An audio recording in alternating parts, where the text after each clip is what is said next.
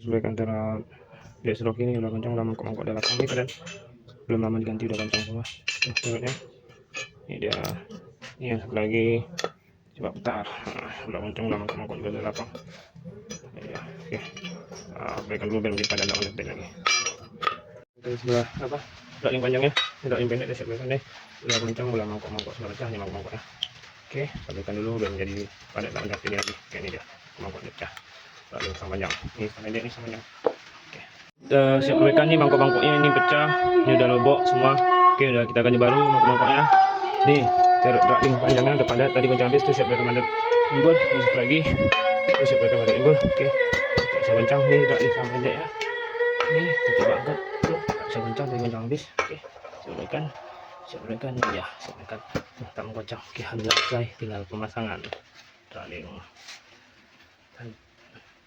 Alhamdulillah